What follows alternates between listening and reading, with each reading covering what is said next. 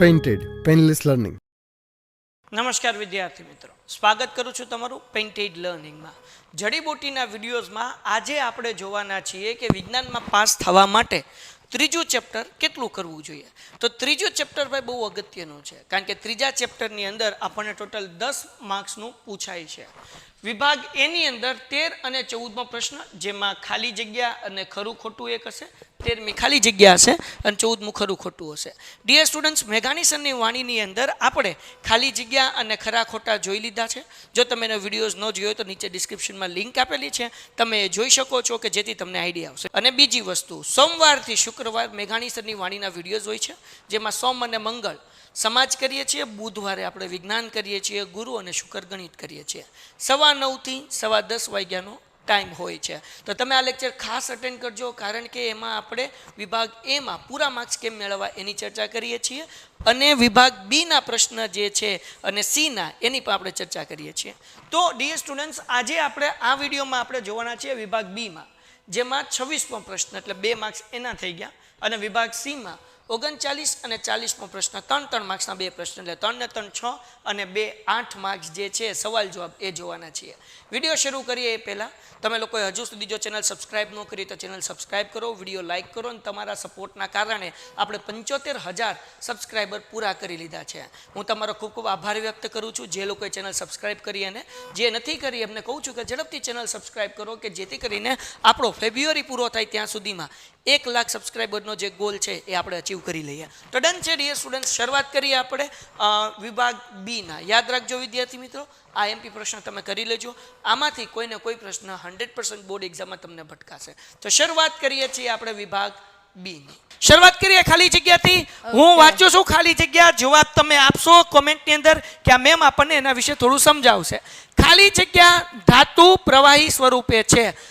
Option છે પારો, calcium અને સોડિયમ. મેમ તો થોડું સમજાવો કે પ્રવાહી ધાતુ કોને કહેવાય મેમ? ઓકે, જો દરેક ધાતુ છે, ધાતુના ગુણધર્મ એવો છે કે દરેક ધાતુ છે એ ઘન સ્વરૂપે જોવા મળે, પણ એક એવી ધાતુ છે કે જે પ્રવાહી સ્વરૂપે જોવા મળે છે. ઓકે, બરાબર. અને એનો જવાબ આમાંથી જ છે? હા, એમાંથી જ છે. ઓકે, પારો, કેલ્શિયમ કે સોડિયમ, બોલો શું આન્સર આવે છે? તો ભાઈ સાચો આન્સર છે? સાચો આન્સર છે પારો. પણ વિદ્યાર્થી મિત્રો, કદાચ આપણને ઓપ્શનમાં પારો આપ્યો ને કદાચ આપણને એવું આપ્યું કે Hg, પારાની સંજ્ઞા સર Hg છે, કદાચ પારાની જગ્યાએ Hg મૂકી દીધું તો Hg લખવાનું. ઓકે, હાલો. બીજો પ્રશ્ન છે, વિદ્યુત તાર ઉપર ખાલી જગ્યાનું અસ્તર લગાવેલ હોય છે. DDT, PVC અને PAN, પાન. ઓકે, તો આની અંદર આન્સર આવશે PVC. હવે ત્રીજો સવાલનો જવાબ તમારે આપવાનો છે. ખાલી જગ્યા અધાતુ ચળકરાટ વિહીન હોય છે. હા, ચળકરાટ એટલે આમ કહેવાય ને કે આપણે ફોટો પાડીએ સરસ મજાનો, કેવું મોઢું ચમકતું હોય, એકદમ ચળકાટ વાળું. ચળકરાટ વિહીન, ચળકરાટ વગરનું. હા, એટલે ચમકતું ન હોય ને ચળકાટ વિહીન કહેવાય. ઓકે, એટલે એવી ધાતુ કઈ છે કે જે ચમકતી ન હોય? એવી અધાતુ સર, અધાતુ. તો આપણો રાઈટ આન્સર સર આવે છે N આવે છે. એનું કારણ તો સમજાઈ દો. એનું કારણ કે એ અપવાદ છે, ઘણા બધા અપવાદ. આપણે કેમ જોયું કે બ્રોમિન આ ધાતુ છે એ બધી ઘન સ્વરૂપે છે, તો એક અપવાદ છે કે જે પારો, જે કયા સ્વરૂપે છે? પ્રવાહી સ્વરૂપે. બરાબર. એવી જ રીતે N છે એ કેવું છે? ચળકાટ વિહીન છે. ઓકે, એના પછી ચોથો પ્રશ્ન છે, 1 ગ્રામ સોનાને ખાલી જગ્યા કિલોમીટર લંબાઈના તારમાં ફેરવી શકાય છે. રાઈટ આન્સર છે 2 કિલોમીટર. સોરી, બરાબર. ઓકે, અને પાંચમો પ્રશ્ન છે, આ હું લખ્યું છું મેમ, સિન્નાબાર નું અણુસૂત્ર ખાલી જગ્યા છે ZNS. S એટલે સોલિડ થાય, ZNS, S આખું સૂત્ર છે. ઓકે, HGS અને CuO, બસ CuO એક જ. આટા S ભૂલમાં લખાઈ ગયું, ભૂલમાં થઈ ગયું છે. ઓકે, તો ઈ આપણે જવા દઈએ, બરાબર ને? બોલો શું આન્સર આવે? આનું અણુસૂત્ર શું છે? આ સિન્નાબાર છે. સિન્નાબાર એટલે એવું સાહેબ કે સિન્નાબાર એટલે એક મર્ક્યુરી છે. મર્ક્યુરી એટલે કે પારો છે, પારા સાથે એક સલ્ફર છે એ સંયોજાય છે, અને સંયોજાય ને એટલે એનું એક સૂત્ર બને HGS એટલે સિન્નાબાર. ઓકે, હાલો. હવે પ્રશ્ન નંબર 2 આપણે શરૂ કરીએ છીએ કે નીચે આપેલા વિધાનો ખરા છે કે ખોટા તે લખો. પેલું છે, સીસુ, કોપર, ચાંદી જેવી ધાતુઓ પાણી સાથે સહેજ પણ પ્રક્રિયા કરતું નથી. મેમ કયો તમે સાચું છે કે ખોટું? હવે આ સીસુ સાહેબ, સીસુ એટલે કે પીબી જેના પીબી વડે દર્શાવાય સીસુને, અને બીજું છે કોપર અને બીજું છે ચાંદી. ચાંદી એટલે કે એજી થાય જેને આપણે સિલ્વર કહીએ છીએ. હવે આ પાણી સાથે થોડી ઘણી તો પ્રક્રિયા કરે ને સાહેબ, કારણ કે ધાતુ છે. હા, કારણ કે ધાતુ છે.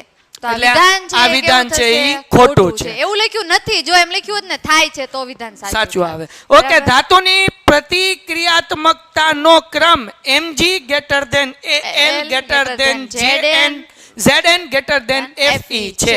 હા. આ વિધાન સાચું કે ખોટું? તો કહી દો. જોઈએ, ધાતુઓ છે, ધાતુની પ્રતિક્રિયાત્મકતા સૌથી વધારે મેગ્નેશિયમની, એનાથી એટલે ઓછી પહેલા ઈ એલ્યુમિનિયમની. સમજાવો કે આ પ્રતિક્રિયાત્મકતા એટલે શું? એટલે કે સૌથી વધારે સક્રિય જે તત્વ છે, જે સંયોજાવાની એટલે કે રાસાયણિક પ્રક્રિયામાં સૌથી વધારે સક્રિય જે છે, ઓકે, એટલે પ્રતિક્રિયાત્મક જેમાંથી છે, સૌથી પ્રક્રિયા વધારે સૌથી વિદ્યુત પ્રવાહ નહીં, પસાર નહીં, થાય. નહીં, સૌથી વધારે પ્રક્રિયા જે કરે છે જે ધાતુઓ, પ્રતિક્રિયાત્મક, સૌથી વધારે સક્રિય ધાતુઓ જેને સક્રિય કહેવાય, બરાબર? ધાતુ. હા, પણ એનો સક્રિય ક્રમ. છે કે નહીં કેમ ખબર પડે? કેમ એ આખો કોષ્ટક આપેલો છે, વધુ સક્રિય ધાતુ, મધ્યમ સક્રિય ધાતુ અને નીચી સક્રિય ધાતુ. એટલે એમાંથી વિદ્યુત પ્રવાહ હા. પસાર કરીએ તો આમાં વધારે થાય, હા, પછી આમાં ઓછી એલ્યુ- થાય, હા, આમાં એમાં ઓછી ઓછું થાય, થાય, એમાં આમાં ઓછું. ઓછી થાય, એવું હા, ને? એવું. ઓકે, બરાબર. બરાબર છે. તો આ સાચું છે. હા, તો સાચું ઓકે, છે. કેમ આ કે વિધાન મેગ્નેશિયમ કેવું છે? વધારે, હા. એલ્યુમિનિયમ, ઝિંક અને Fe. તો અહીંયા લખું છું વિધાન ખરું છે. છે. ત્રીજો પ્રશ્ન આપણે વિદ્યાર્થીને પૂછીએ ભાઈ, બ્રોમિન વાયુ છે આ બ્રોમિન વાયુ થોડો છે સાહેબ. તો એવું છે? બ્રોમિન તો પ્રવાહી છે. અચ્છા. અને બ્રોમિન આવે છે એ અધાતુમાં આવે છે સાહેબ. અચ્છા, અધાતુમાં આવે. ઓકે. હાલો, કોપર મંદ HCl સાથેની પ્રક્રિયા, HCl જ આવે કે L આવે? HCl. HCl. L છે, L છે. L છે, ઓકે. Hydrochloric acid. ઓકે, મંદ કોપર HCl સાથેની પ્રક્રિયા કરે છે ભાઈ. આ વિધાન સાચું હા, ખોટું? કોપર ધાતુ છે, HCl સાથે હાઇડ્રોક્લોરિક એસિડ સાથે પ્રક્રિયા કરે છે. સાચું છે કે ખોટું? તો બેન તમારું શું કહેવું છે? મારું કેવું છે કે આ વિધાન ખોટું છે. કારણ શું બેન ખોટું? કારણ કોપર મંદ HCl સાથે પ્રક્રિયા કરે છે, આ કોપર મંદ HCl સાથે પ્રક્રિયા કરતું નથી. નથી. ઓકે, તો મેગ્નેશિયમ ક્લોરાઇડમાં 2 આયનીય બંધ હોય છે. મેગ્નેશિયમ ક્લોરાઇડ એટલે શું? તો તમને એમ બધાનું અણુસૂત્ર ખબર છે, MgCl2 આનું અણુસૂત્ર છે. હવે આપણને એમ કીધું કે એમાં 2 આયનીય બંધ હોય, તો એક મેગ્નેશિયમ કેટલા ક્લોરીન હારે જોડાણો? 2. તો 2 બંધ બન્યા. હા, તો વિધાન કેવું થયું? સાચું, કેમ કે મેગ્નેશિયમ છે એ 2 ક્લોરીન સાથે જોડાય છે, Cl અને Cl. તો 2 બંધ બન્યા સાહેબ. 2 બંધ બન્યા એટલા માટે એને શું કીધું? 2 આયનીય બંધ. તો છે. વિધાન છે સાચું સાચું છે. છે. Very good. ચાલો, હવે વિદ્યાર્થી મિત્રો, આપણે અહીંયા કર્યા 5 ખરા ખોટા અને 5 કરી ખાલી જગ્યા. વિભાગ બી શરૂ કરીએ એ પહેલા તમને અમે વિભાગ બી ના ખાલી 5 કે 6 જ આઈએમપી પ્રશ્ન આપવાના છીએ. એ કરશો એટલે એમાંથી કોઈ બેઠો બેઠો પકડાઈ જાય. મોજ કરો અને દોસ્તારો, મારા મિત્રો, મારા ભાઈઓ, મારા બહેનો, એટલું પાકું કરી નાખજો. આ આઈએમપીમાં આઈએમપી છે બાપલિયાવ. એટલું કરશો તો 10 માર્ક પૂરા આવી જાય. પછી 3 માર્ક્સના પ્રશ્ન આપીશું, બરાબર છે ને? એના પછી હજુ સુધી જો ચેનલ સબસ્ક્રાઇબ ન કરી હોય તો ચેનલ સબસ્ક્રાઇબ કરી લો. પેન્ટેડ એપ્લિકેશન ડાઉનલોડ કરો. પેન્ટેડ પેપર સેટ જે છે બિલકુલ ફ્રી મળશે. અને સાથે પેન્ટેડ લાઈવ લેક્ચરની અંદર પ્રિયા મેમ સાયન્સ લે છે, હું લઉં છું, ગણિત લઉં છું, નરેન્દ્ર સર છે એ સમાજ લે છે અને ગુજરાતી પણ લે છે, અને અનિરુદ્ધ સર જે છે ઇંગ્લિશ લે છે. આ લાઈવ લેક્ચરની અંદર જોઈન થવાથી ફાયદો એ થશે, તમને કંઈ પણ ડાઉટ હોય તો તમે અનમ્યુટ કરીને ડાઉટ પૂછી શકશો. અને એક્ઝામના છેલ્લા દિવસ સુધી લાઈવ લેક્ચર્સ એની અંદર શરૂ હશે. 100% ફાયદો થશે. એટલે કહું છું, પેન્ટેડ ડાઉનલોડ કરો, પેન્ટેડ સાથે જોડાવ અને બોસ ફાયદો થાય અને થાય. એના પછી ભાઈ, અગર તમે 11th 12th સાયન્સ કરવા ઈચ્છો છો એ અથવા ગ્રુપની અંદર સમત્વ ઇઝ ધી બેસ્ટ સ્કૂલ.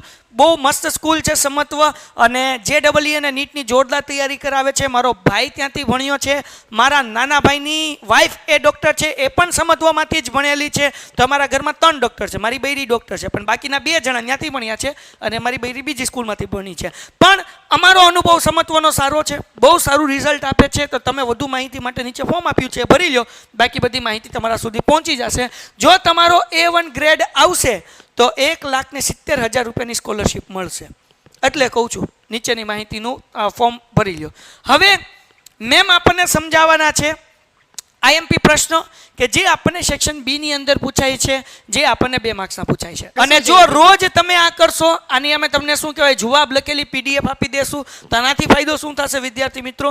તમે લોકોને મહેનત નહીં કરવી પડે, બરાબર ને? આ બધા પ્રશ્નો જે છે એના ડાયરેક્ટ તમને જવાબ મળી જાય. આઈએમપી પ્રશ્નય મળી જાય, જવાબે મળી જાય. મોજ કરો અને જોરદાર તૈયારી કરો અને પૂરેપૂરા માર્ક્સ લાવો. સો પહેલો પ્રશ્ન છે, અધાતુના ભૌતિક ગુણધર્મો આપો. સો અધાતુના ભૌતિક ગુણધર્મોમાં મેમ પેલો છે એ શું છે? મોટા ભાગના અધાતુ તત્વો છે સાહેબ એ ઘન અથવા ઘન સ્વરૂપે જોવા મળે છે. હા, કેવા ઘન. સ્વરૂપે? આ ઘન અથવા કાઢી નાખો સ્વરૂપે. ને હા, અહીંયાથી. એ કાઢી નાખો. ઘન સ્વરૂપે મોટા જોવા ભાગે મળે છે. બધા જ અધાતુ તત્વો છે કેવા સ્વરૂપે જોવા મળે છે? ઘન, અને બીજું અહીંયા સર આવશે એક વાયુ સ્વરૂપે. અધાતુ તત્વો છે ઈ. ઘન અથવા તો વાયુ બે સ્વરૂપે આ જોવા મળતા હોય છે. ઓકે. પછી પણ આપણે એક ભણ્યા હમણાં જ હા. આવી ગયું કે અધાતુ તરીકે એક બ્રોમિન છે, જે બ્રોમિન છે કયા સ્વરૂપે છે? પ્રવાહી સ્વરૂપે. છે. એટલા માટે એ વિધાન હતું એ ખોટું ખોટું હતું, કારણ કે એમાં વાયુ લખ્યું હા, હતું. કારણ કે એમાં વાયુ હતું. આ કયા સ્વરૂપે બ્રોમિન હોય? પ્રવાહી પ્રવાહી સ્વરૂપે. સ્વરૂપે. બરાબર, તમને પ્રૂફ સાથે મળી ગયો. જોજો. ડન છે. અને કાર્બન જેવી અધાતુ છે એ વિવિધ સ્વરૂપે ધરાવે. તો કે એનું ફુલિરિન સ્વરૂપ છે, એનું કાર્બન અપરૂપ હીરો છે. તો કાર્બન છે એમાંથી ઘણી બધી વિવિધ સ્વરૂપો જોવા મળે છે, જે આવા બધા સ્વરૂપો. અને મોટાભાગની અધાતુઓ છે ઈ પાણીમાં ઓગળે ત્યારે એસિડિક ઓક્સાઇડ ઉત્પન્ન કરે. બરાબર. પાણીમાં જ્યારે ઓગળી જાય અધાતુ ત્યારે એસિડિક ઓક્સાઇડ છે એ બનાવે, એટલે કે એના ઓક્સિજન જોડાઈને ઓક્સાઇડ બનાવી નાખે છે. બરાબર છે. અને સામાન્ય રીતે અધાતુઓ છે ઈ નરમ છે, પોચી છે, નરમ જોવા મળે છે. આ આયોડિન વાળા જે જવાબ છે, ઘણા બધા જવાબ આયોડિન લખે છે એના માટે છે ખાસ કે આયોડિન જો અધાતુ છે પણ કેવી છે ભાઈ? ચમકદાર. અને તમને જવાબ મોકલો તો આયોડિન મોકલો તો એ તો ચળકાટ વિહીન લખ્યું હતું ને. બરાબર, કે જે ચળકાટ નથી ધરાવતું. તો આ તો ચમકદાર છે. બરાબર આયોડિન તો છે. ચમકદાર. આ પ્રૂફ. ઓકે. બરાબર. અને અધાતુ ટીપાઓપણુંના ગુણધર્મો ધરાવતી નથી. તમે એટલા- ટીપો એટલે એનું પતરું ન બને. તમે એને તાણો તો એને તણાય નહીં. એટલે એ તૂટી જાય. ઈ તૂટી જાય. એને તણાય ન તણાય. અધાતુને તાણી શકાય, કોલસાને તાણી શકાય ભાઈ. લાંબો દોરો બનાવે ન બનાવે. Okay ma'am. બીજો પ્રશ્ન છે મોસ્ટ આઈએમપી, એ શું છે મેમ? ગેંગ એટલે શું? પછી ગેંગને દૂર કરવા માટે વપરાતી પદ્ધતિઓનો આધાર શેના ઉપર રહેલો છે? તો અહીંયા જે છે એનો પ્રશ્નનો જવાબ તમે ટૂંકમાં સમજાઈ ગયો હા. મેમ. જો પૃથ્વીનો પોપડો છે એમાંથી આપણે ખોદીએ સાહેબ તો એમાંથી ખનિજ મળે. બરાબર, જે ઈ ખનિજ મળે એ કઈ એમાંથી આપણે તત્વો જોઈએ છે, ધાતુ જોઈએ છે, તો એ કઈ શુદ્ધ સ્વરૂપે મળવાની છે નહીં. નહીં. તો એ ધાતુ અને અધાતુ જે કઈ આપણને મળે છે એની સાથે વધારાનો કચરો હશે, માટીના કણો હશે, બીજા કોઈ કણો હશે. આ બધું જે વધારાનું છે એને જ ગેંગ કહેવાય. અચ્છા, એ બધું એટલે વધારાનું. જમીનમાંથી જે ખનિજનો કદડો નીકળે ને ઈ કદડોને ગેંગ પણ કહેવાય. કદડામાં જ પેલા ધાતુ કાઢી લેવાની હો. હા. અને કાઢીને જે વધ્યો ને ઈ ગેંગ. કદડાનો કદડો ગેંગ. કદડો ગેંગ. હા, બરાબર, સમજાઈ ગયું. હાલો. આને ગેંગ કહેવાય. પછી એવી ધાતુનું ઉદાહરણ આપો કે જે ઉષ્માની ઉત્તમ વાહક છે. એટલે કે તમે નીચેથી ગરમ કરો તો તમને ઉપર ગરમ ગરમ લાગવું જોઈએ. હા. ઉત્તમ વાહક. વાહક હા. એટલે વહન થાય ને ઉષ્માનું, તો હા. ઉપર તો ગરમ લોખંડ લાગે. હોય, ચાંદી, હોય જ ને, કોપર. જો હા. તો હા. અને છરી વડે આસાનીથી કાપી શકાય. તો હા. એવી ચાંદી, કોપર જેવી ધાતુ છે ઉષ્માની સરસ વાહક છે. હા. બરાબર. અને સોડિયમ, પોટેશિયમ, લિથિયમ છે અને છરી વડે આપણે કાપી પણ શકીએ ઓકે, છીએ. એટલે આ જે ઉત્તમ વાહક છે એનો જવાબ આ છે. હા. ચાંદી અને કોપર. કોપર, હા. અને છડી વડે કાપી શકાય એમાં સોડિયમ સોડિયમ, પોટેશિયમ અને અને લિથિયમ. લિથિયમ. આગળ વ્યા જઈએ. એના પછી ભાઈ ચોથો પ્રશ્ન શું છે ભાઈ? ઉભયગુણી ઓક્સાઇડ એટલે શું? ઉભયગુણી ઓક્સાઇડના બે ઉદાહરણ આપો. હા. ઉભયગુણી એટલે શું સાહેબ? હા. એસિડ હારે પ્રક્રિયા કરે ને બેઝ હારે પ્રક્રિયા કરે, બે હારે પ્રક્રિયા એને કરે. ઉભયગુણી અને નિપજ એક જ ધરખી બનાવો પાછા. હા. હા, એને ઉભયગુણી ઓક્સાઇડ નિપજ કહેવાય. એટલે એનું નિપજ પરિણામ એટલે એક જ એનું આવે. પરિણામ એક જ આવે. સમજાઈ એસિડ હાર કરે પ્રક્રિયા તોય પરિણામ એક ને બેઝ હાર કરે તોય એક. જોઈએ હા. એવા ઓક્સાઇડ કે જે એસિડ અને બેઝ બંને સાથે પ્રક્રિયા કરી અને ક્ષાર અને પાણી બનાવે. અચ્છા, એસિડ સાથે કરે તોય ક્ષાર અને પાણી, અને બેઝ સાથે કરે તોય ક્ષાર અને પાણી. જેને એને કહેવાય ઉભયગુણી ઓક્સાઇડ કહેવાય છે. ઓક્સાઇડ કહેવાય. જો એલ્યુમિનિયમ ઓક્સાઇડ અને ઝિંક ઝિંક ઓક્સાઇડ. ઓક્સાઇડ. હા, બરાબર. અને એટલે આમાં સમજાણું નહીં મેમ. આપણને એક ઝિંક નું ઉદાહરણ આપ્યું છે. ઝિંક ઓક્સાઇડ જો અહીંયા હાઇડ્રોક્લોરિક એસિડ એટલે એસિડ સાથે પ્રક્રિયા કરી કરી. તો એમાંથી ઝિંક ક્લોરાઇડ શું બન્યું? તો એ ક્ષાર બન્યું સાહેબ. હા, ઝિંક ક્લોરાઇડ ઈ હા, ક્ષાર. અને હા. વત્તા H2O એટલે પાણી પાણી બન્યું. બન્યું. તો જો એને એસિડ હારે પ્રક્રિયા કરી તો એ ક્ષાર અને બન્યું અને પાણી પાણી બન્યું. બન્યું. અને ઈ પાછું સોડિયમ હાઇડ્રોક્સાઇડ એટલે આ બેઝ છે સાહેબ. હા. બેઝ. આ હા. તમને ખબર ક્યાં વપરાય? ક્યાં વપરાય? આ કપડા ધોવાનું સાબુ બનાવવામાં વપરાય. હે? મન કેમ યાદ રહ્યું ખબર? હા. નાવાનો એન નહીં લેવાનો, એનું વિરુદ્ધ લેવાનું, કપડા ધોવાનો. અચ્છા, સમજાય એમ યાદ રહ્યું ને એની યાર પ્રક્રિયા કરી તો સોડિયમ ઝિંકેટ આ બન્યું ક્ષાર ક્ષાર, અને આ ઓકે. પાણી અને આ પાણી બન્યું. જો બંને સાથે પ્રક્રિયા કરી તોય ક્ષાર અને પાણી બનાવ્યું. બરાબર છે. એટલે આપણે એનું ઉભયગુણી ઓક્સાઇડ કીધું. સમજાઈ ગયું, સમજાઈ ગયું. એના પછીનો પ્રશ્ન છે તો બેક્વારિજિયા દ્રાવણનું નામ છે સાહેબ. એમાં સાંદ્ર હાઇડ્રોક્લોરિક એસિડ, સાંદ્ર એટલે શુદ્ધ જે હોય એ હાઇડ્રોક્લોરિક એસિડ નું નામ છે. ને બીજું છે એક નાઇટ્રિક એસિડ. હા. આ બેયને ભેગા કરો ને તો એકવારિજિયા દ્રાવણ બને. એટલે તમે સમજાઈ વિચાર કરો કેટલું સાંદ્ર બનતું હોય. હા. અને આ દ્રાવણ સાંદ્ર એટલે તીવ્ર એમ ને? તીવ્ર એમ હાથ ઉપર પડે ત્યાંથી બારોબાર નીકળે. હાય હાય. હા, તો એટલું એવું? સાંદ્ર તો ઓકે. અને પછી આગળ શું કીધું કે જ્યારે આ ઓક્સાઇડ પૈકી કોઈ પણ એક એસિડ એકલો આમ કરી શકતો નથી નથી એટલે ઈ કે એકલો એસિડ હાઇડ્રોક્લોરિક એસિડ લ્યો તો એમાં આ બધું ઓગળે નહીં, નહીં, કાં તો okay. તમે નાઇટ્રિક એસિડ લ્યો તો ઓગળે નહીં પણ આ બેનું ભેગું કરો એટલે એકવાર ઈજિયા બને હા. અને એકવાર ઈજિયામાં બે ધાતુઓ નાખો એટલે ઓગળી હા, જાય ઓગળી તો કઈ ધાતુ ઓગળે મેમ એમાં હા તો એમાં જો આપણને આપેલી છે કઈ કઈ ધાતુ ઓગળવામાં આવે છે પ્રબળ નહીં.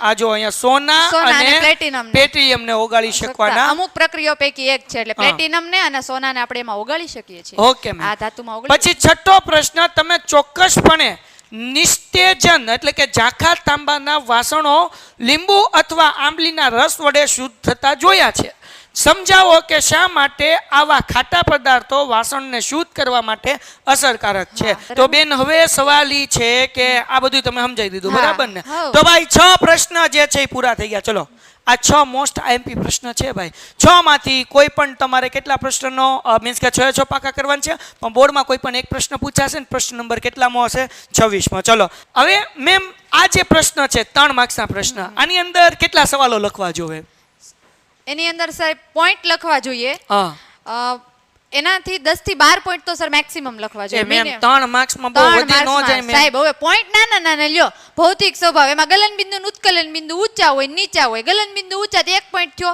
ઉત્કલન બિંદુ નીચા તો 1 પોઈન્ટ થયો પછી આ દ્રાવ્યતા અને વિદ્યુત વહનમાં તો તમે હા જો એની અંદર તમે લખી શકો 8 પોઈન્ટ લખી શકો સાહેબ Total મિનિમમ 8 લખી શકો ત્રણ પણ તમને marks જાજુ નો. આવડે છે તો પછી તમારે બાકી મૂકવાનું નથી હા બરાબર પણ ને? અને હા આ હું મેમ આગળ થોડુંક તમને એટલા માટે કરું છું કે એટલું બધું કેમ પાકું થાય તો વિદ્યાર્થી મિત્રો આ 4 એના મુખ્ય મુદ્દા છે ભાઈ તો એ તો આપણે લખવા પડે ને હા. બેટા એની અંદરના માનો કે ભાઈ આપણે એના અંદર આવડવા લઈ સાહેબ લઈએ એક એક બે બે મુદ્દા હોય. આ બબ્બે મુદ્દા છે તેના બદલે કેટલા લઈએ એક લઈ શકીએ તો મેમ આપણને આ સવાલનો જવાબ સમજાવે પહેલા અગર તમે 11 12 જો તમે 10મા ધોરણમાં છો ભાઈ સાયન્સ કરશો ને તો ડેફિનેટલી તમે કેરિયરના કોઈ ને કોઈ સારા સ્ટેજ ઉપર પહોંચશો પણ ત્યાં પહોંચવા માટે તમારે સ્કૂલ 11 12 સાયન્સની બહુ સરસ પસંદ કરવી પડે ને એવી સ્કૂલ છે સમત્વ જે JEE અને નીટની જોરદાર તૈયારી કરાવે છે મારો પર્સનલ એક્સપિરિયન્સ અને અનુભવ રહ્યો છે મારા ફેમિલીના મેમ્બર્સ ત્યાંથી ભણ્યા છે અને અત્યારે ડોક્ટર્સ બન્યા છે કેટલાય વિદ્યાર્થી મિત્રો એવા છે કે જે એન્જિનિયર્સ બન્યા છે જેની ડ્રીમ કોલેજ સુધી પહોંચ્યા છે JEE ક્લિયર કરીને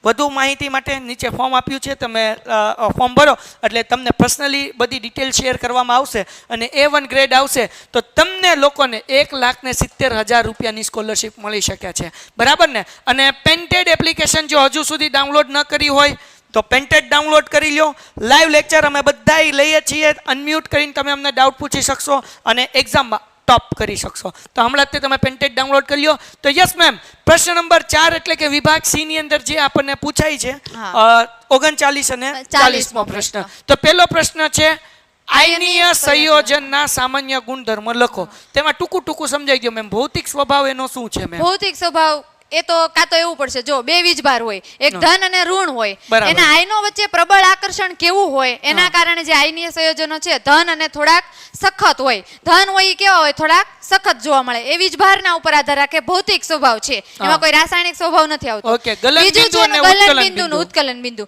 તો આ જે આયનીય સંયોજનો છે એ ગલન બિંદુ ઉપર આધાર રાખે અને ઉત્કલન બિંદુ ઉપર આધાર રાખે તો જે આયનીય સંયોજનો વચ્ચે પ્રબળ આંતરાયણી આકર્ષણ બળને તોડવા માટે ખૂબ વધુ પ્રમાણમાં શું જરૂર પડે ઉર્જાની જરૂર પડે તોડવું હોય તો ઉર્જાની તો જરૂર પડે અને આથી આયનીય સંયોજનના ગલન બિંદુ અને ઉત્કલન બિંદુ કેવા રાખવામાં આવે છે ઘણા ઊંચા રાખવામાં આવે છે બરાબર ઊંચા રાખવામાં આવે છે કે ઊંચા હોય છે ઊંચા રાખવામાં આવે ઊંચા હોય એટલા માટે તો આયની બંધ તૂટી શકે ઓકે બરાબર હાલો પછી આગળ ત્રીજું છે દ્રાવ્યતા આમાં મેઇન પોઈન્ટ સાહેબ 4 જ આપણે મેઇન જોવાના હોય પેલો તો ભૌતિક સ્વભાવ હોય બીજો ગલન બિંદુ અને ઉત્કલન બિંદુ ત્રીજું છે દ્રાવ્યતા તો એમાં આયનીય સંયોજનો છે એ સામાન્ય રીતે પાણીમાં કેવા હોય દ્રાવ્ય થઈ જાય દ્રાવ્ય એટલે ઓગળી જાય ઓગળી જાય હા સમજાઈ પરંતુ પેટ્રોલ ને કેરોસીન જે એવા છે કે જે કાર્બનિક દ્રાવકોમાં અદ્રાવ્ય છે એટલે એ એ ઓગળે ઓગળતા ને. નથી અપવાદ કહેવાય ને અપવાદ હા, પછી વિદ્યુત વહન વિદ્યુતનું વહન આયનીય સંયોજનમાં આયનીય સંયોજનો પાણીમાં બનાવેલ આયનો છે સોડિયમ ક્લોરાઇડ નું દ્રાવણ હોય તો એ પ્રવાહી છે અને આથી આયનીય સંયોજનો છે એ જલી દ્રાવણમાં વિદ્યુતનું વહન સુવાહક સુવાહક રીતે એટલે એટલે સારી એમાંથી, રીતે કરી શકે છે હા પ્રવાહ એની થાય અંદર પસાર. ક્ષારનું પ્રમાણ વધારે હોય તો એ સારી રીતે એનું વહન કરી શકે જેને સુવાહક કહેવાય હા. પરંતુ ઘન અવસ્થામાં આયનીય સંયોજનો છે એ વિદ્યુતનું વહન કરતા નથી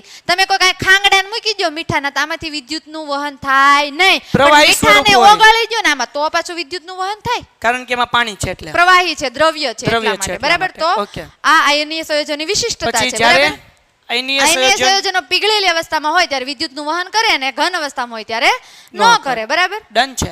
એના પછી મેમ બીજો પ્રશ્ન છે કે ધાતુનું ક્ષારણ અટકાવવાના ઉપાયો જણાવો. ધાતુ પર કાટ લાગે ને અચ્છા, ક્ષારણ એટલે કાટ. ઓકે. કાટ એલા. તો ઈ તો મને ખબર, કલર કરવું ને ઓઇલ લગાડી દેવું, રંગ લગાડવો એવું બધું. હા, અમાર વિજ્ઞાનની ભાષામાં અમે એવું કહીએ, રંગ લગાડવો અને ગેલ્વેનાઇઝેશન ની પ્રક્રિયા કરવી ને એવું કહીએ. હા, ઓકે, બરાબર છે. તો આ તો સવાલનો જવાબ બધાને સરસ રીતે સમજાતો હોય. ત્રીજો પ્રશ્ન છે ધાતુ તત્વ. જુઓ, 3 માર્ક્સનો સવાલ છે. કેટલા મુદ્દા? 1 2 3. આ વ્યવસ્થિત રીતે લખો તો પૂરા માર્ક્સ આવી જાય. હા, પછી ધાતુ તત્વ અને અધાતુ તત્વના અપવાદ લખો મેમ. તો ધાતુ તત્વના અપવાદ કયો? ધાતુમાં અપવાદ ને અધાતુમાં અપવાદ. જો તમામ ધાતુ છે ને ઓરડાનું તાપમાન ઘન હોય, પણ ઓલો પારો નો જોયો આપણે, પારો જેને આપણે Hg કહીએ, આ પ્રવાહી છે. હવે ઓરડાના તાપમાન એટલે કે ફોર એક્ઝામ્પલ કે આ પેન છે, જો હું એના રૂમમાં રાખીશ તો એ ઘન જ રહેશે. એટલે આ રૂમનું જે તાપમાન છે ને ઓરડાનું તાપમાન 37 ડિગ્રી હોય સાહેબ. ઓરડાનું તાપમાન 45 હોય તો ઘન રહે કે ઓગળી જાય? નહીં, આપણું ઓરડાનું તાપમાન જનરલી સરેરાશ 37 ડિગ્રી હોય, અને ઈ તાપમાને ઘન પદાર્થ છે, ધાતુ છે, ઈ ઘન જ રહેવી જોઈએ. ઘન જ રહે. બરાબર. ઓકે. અને આને ઓગાળવી હોય તો પછી મારે તાપમાન વધારવું પડે, 100 ડિગ્રી ઉપર લઈ જવું પડે. ઓકે. પણ આ પારો છે ઈ કે ઘન ઈ ધાતુ છે પણ ઈ પ્રવાહી છે. સામાન્ય રીતે ધાતુના ગલન બિંદુ ઊંચા હોય છે, પરંતુ ગેલિયમ અને સીઝિયમ આ બેના ગલનબિંદુ નીચે છે. ધાતુ પણ ગલનબિંદુ નીચે છે, હોવા જોઈએ ઊંચા. ઓકે. ધાતુ તત્વોને છરી વડે કાપી શકાય નહીં, પરંતુ આલ્કનિક ધાતુઓ જેમાં આપણને કીધું કે લિથિયમ, સોડિયમ અને પોટેશિયમ, આને આપણે છરી વડે કાપી શકીએ. અપવાદ છે એટલા માટે. સમજાઈ ગયું. અધાતુ તત્વના અપવાદો કયો મેમ? ઈ સામાન્ય રીતે અધાતુ તો ઘન હોય કાં તો વાયુ સ્વરૂપે હોય, પણ બ્રોમિન છે પ્રવાહી સ્વરૂપે જોવા મળે. આપણે હમણાં જ જોયું, ખરા ખોટામાં જોયું, ખાલી જગ્યામાં જોયું. અને સામાન્ય રીતે અધાતુ તત્વો છે ચળકાટ ધરાવતા નથી, પણ આયોડીન ચળકાટ ધરાવે છે. વિદ્યાર્થી મિત્રો, આ એક મુદ્દા તમે 2 મુદ્દા કરી શકો. પેલું તમે એટલો મુદ્દો કરી નાખો, અને બીજો સામાન્ય રીતે અધાતુ તત્વો ચળકાટ ધરાવતા નથી, પરંતુ આયોડીન જે છે એ ચળકાટ ધરાવે છે. જે તમે મને જવાબ આપતા હતા ને, જે ખોટો આન્સર હતો, જો આ તો ચળકાટ ધરાવે, આયોડીન છે, ને પેલામાં લખ્યું હતું ચળકાટ વિહીન. હાલો, એના પછી અધાતુ તત્વોના ગલન બિંદુઓ નીચા હોય છે, પરંતુ કાર્બનનો અપરૂપ હીરો છે. એનો ગલનબિંદુ ખૂબ ઊંચું છે. હોવો જોઈએ ગલનબિંદુ નીચું, પણ કાર્બનનું અપરૂપ હીરો છે. કાર્બનનું નહીં, કાર્બનનું અપરૂપ એટલે કાર્બન જેવું જ છે, કાર્બન માંથી બનેલું છે, જે અપરૂપ કહેવામાં આવે, એનું પાછું ઊંચું છે. ઓકે, તો આ એનો અપવાદ છે. એના પછી ભાઈ મોસ્ટ આઈએમપી લખી લ્યો. ધાતુ અને અધાતુના તફાવત હશે અને હશે. તો ધાતુ અધાતુના ગુણધર્મો, ધાતુ અને અધાતુના તફાવત કરી જ લેવાના. બરાબર ને? બાકી તફાવતમાં તો ખબર પડે, વજનમાં ભારે હોય, વજનમાં હલકું હોય, ચળકાટ ધરાવે, ચળકાટ નથી ધરાવતું, ગલન બિંદુ ઊંચું હોય, ગલન બિંદુ નીચે હોય, પછી રણકાર ઉત્પન્ન કરે. આમ ખખડાવો તો વાગે, આ રણકાર ઉત્પન્ન ન કરે, અને તેમાંથી તાર કે પતરા બનાવી શકાય છે. આમાં એવું કાંઈ ન બનાવી શકાય. અપવાદ નથી લખવાના. ધાતુ તત્વના ઘન સ્વરૂપમાં હોય છે, આ ઘન પ્રવાહી કે વાયુ સ્વરૂપમાં હોય છે. અપવાદ જે છે એ કાઉન્સમાં લખેલું, સ્વાર્થતા થઈ ગઈ પૂરી, અને સવાલ એ થઈ ગયો પૂરો. એના પછી 5મો પ્રશ્ન મેમ, નીચી અને મધ્યમ સક્રિયતા ધરાવતી ધાતુઓ અને તેમની સલ્ફાઇડ કાચી ધાતુમાંથી નિષ્કર્ષણ કરવાના સોપાનોના સમીકરણો આપો. એમાં શું છે મેમ? એમાં શું આવે? એમાં જો સાહેબ, ધાતુ આવે ને, નીચી સક્રિય આવે, ઊંચી સક્રિય આવે, મધ્યમ સક્રિય આવે. આપણને કીધી નીચી ને મધ્યમ. એમાં સલ્ફાઇડ યુક્ત એટલે કોઈ કાચી ધાતુ છે ને, એની સાથે સલ્ફર છે એ સંયોજન પામ્યું હશે, તો એ સંયોજાયેલું છે, એના માટેના ઘણી બધી પ્રક્રિયાઓ આવે. તો એમાં સક્રિયતા શ્રેણીમાં નીચી રહેલી જે ધાતુ છે, એ ધાતુના ઓક્સાઇડને માત્ર ગરમ કરીને તેનું રિડક્શન થઈ ધાતુ છૂટી પડે છે. એને માત્ર તમારે ગરમ જ કરવાનું, અને એકવાર એનું રિડક્શન કરાવવાનું.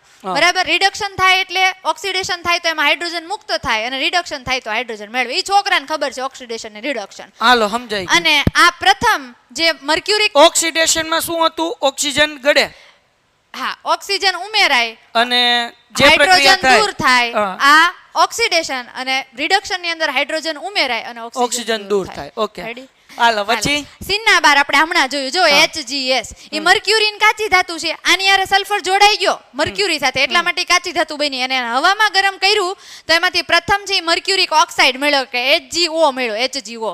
અને ત્યારબાદ મર્ક્યુરિક ઓક્સાઇડ ને વધુ ગરમ કર્યું તો એમાંથી Hg છૂટો પડી ગયો, અને રિડક્શન પામ્યું. રિડક્શન એટલે ઓક્સિજન ગુમાવ્યો. જો ગુમાવ્યો, અલગ પડી ગયો. અલગ પડી ગયો એટલે ગુમાવી દીધો, એટલે શું બન્યું? સમજાય, મર્ક્યુરી મળી ગઈ. બરાબર. એના પછી મેમ એક ધાતુ A જે થર્મિટ પ્રક્રિયામાં વપરાય છે કે જ્યારે ઓક્સાઇડ B ઉભય ગુણી છે તો A અને B ઓળખો અને થર્મિક પ્રક્રિયાનું વર્ણન કરો. થોડું ટૂંકમાં સમજાવો. હા, આપણને એક ધાતુ આપી, એનું નામ X આપ્યું ને બીજાનું નામ આપ્યું B, એટલે અલગ અલગ ધાતુ આપી. એમાં એ ધાતુ છે ને આયન ઓક્સાઇડ છે. આયન એટલે Fe થાય સાહેબ.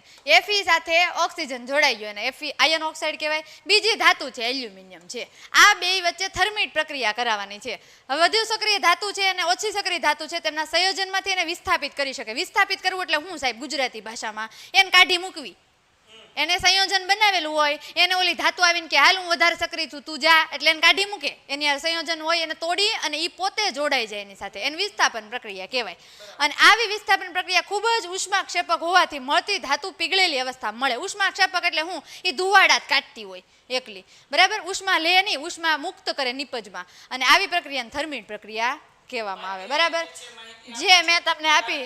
કારણ આપો હા કે ભાઈ NaK અને Li નો સંગ્રહ તેલમાં કરાય છે. હા, સોડિયમ, પોટેશિયમ અને લિથિયમ, આ ત્રણને સાહેબ છે ને પાણીમાં ન રખાય. પાણીમાં નાખો ને તો ભડકા થાય, વિસ્ફોટ થાય. આને તેલમાં સંગ્રહ કરાય કારણ કે એ વધારે સક્રિય છે, વધારે પ્રતિક્રિયાત્મક ધાતુ છે, એટલા માટે. એ જવાબમાં આવી ગયું છે. ધાતુની સક્રિયતાની શ્રેણી કઈ રાસાયણિક પ્રક્રિયામાંથી નક્કી થાય છે? તેનો ઉતરતા ક્રમમાં ગોઠવો. સૌથી ટોચ પર રહેલી ધાતુ નિષ્કર્ષણ કેવી રીતે થાય છે એ કયો. હા, હવે આ ધાતુ છે સાહેબ, આખું કોષ્ટક છે. સૌથી વધારે પોટેશિયમ, સોડિયમ, કેલ્શિયમ, આખો ચાર્ટ આપેલો છે. સૌથી વધારે પ્રતિક્રિયાત્મક આ છે, પછી એમાંથી ધીમે ધીમે એની પ્રતિક્રિયાત્મકતા ઘટતી જાય છે. આ છેલ્લે ઓછી. હા હા, ખાલી લખવાનું છે. સૌથી ટોચમાં રહેલી ધાતુ હોય એ કઈ રીતે એનું નિષ્કર્ષણ કરી શકાય. પછી રાસાયણિક ગુણધર્મોના આધારે ધાતુ અને અધાતુ વચ્ચેના ફેર જણાવો. તફાવત જ તે. ધાતુ પણ કયા છે ભાઈ? રાસાયણિક.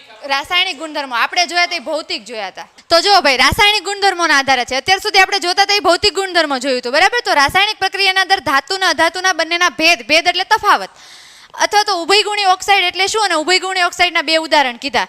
તો ધાતુ છે એ બેઝિક ઓક્સાઇડ બનાવે, જ્યારે અધાતુ છે એ કેવું બનાવે? કાં તો એસિડિક બનાવે અથવા તો તટસ્થ ઓક્સાઇડ બનાવે. સમજાઈ ગયું. અને તે ઇલેક્ટ્રોન ગુમાવીને ધન આયન બનાવવાનું વલણ ધરાવે. સાહેબ, આપણે એવું કીધેલું, જે ગુમાવે એ ધનવાન હોય તો જ ગુમાવે, અને જે મેળવે એ કેવો ગરીબ માણસ હોય તો એ મેળવે, એને શું કહેવાય? ઋણ આયન કહેવાય. તો આ શું કરે? ઇલેક્ટ્રોન મેળવીને ઋણ બને, બરાબર? આ ગુમાવીને ધન બને. કોકને દે તો ધનવાન જ હોય ને, એટલે આ ધનાયન બનાવે. આવા તત્વો પરમાણુની બાહ્યતમ કક્ષામાં 1, 2 કે 3 ઇલેક્ટ્રોન હોય. બાહ્યતમ એટલે સૌથી બહારની કક્ષામાં કાં તો 1 હોય, કાં તો 2 હોય, કાં તો 3 હોય. આમાં તો કે બાહ્યતમ કક્ષામાં 3 થી વધારે ઇલેક્ટ્રોન હોય, બરાબર?